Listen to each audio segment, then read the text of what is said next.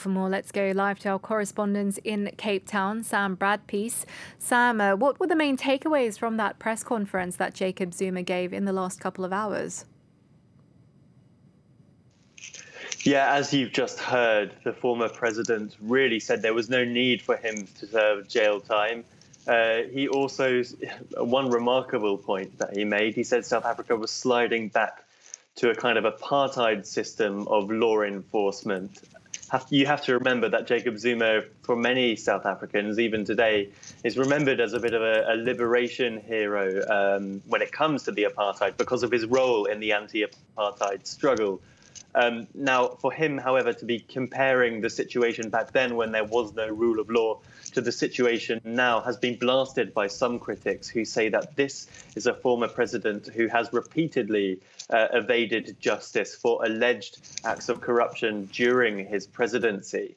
Now, quite honestly, when it comes to the main takeaways from this, we already knew that Zuma was unlikely to face arrest before July the 12th, when the Constitutional Court has agreed to hear his challenge, really, against this 15-month sentence. So there's nothing new there. What we've heard, really, is the president himself saying that there was no need for this, something he hasn't said publicly before this, but something that we did know from the court documents, from the legal application he had made against this 15-month sentence.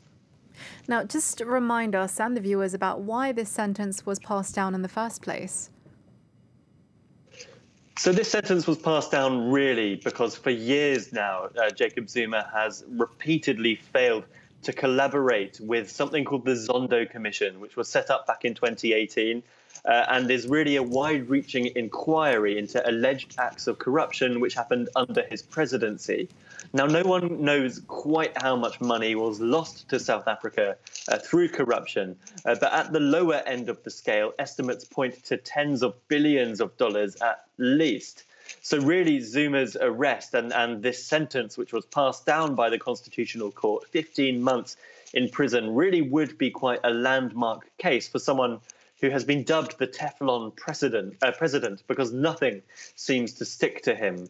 But the way things have looked over the last couple of days is that perhaps he won't evade justice once again, but he's certainly pushed it down the line. And one of his key arguments for doing that is he says he's simply an old man with health conditions, and to imprison him during a global pandemic would put his life in danger. Now, obviously, the older that Mr. Zuma gets, the more he will be able to fall back on that kind of argument. He's already 79, and he'll simply be able to say, look, I'm too old to go to prison. And that's a sentiment shared by many of his supporters. OK, Sam Bradpeace, thanks very much for that update there from Cape Town.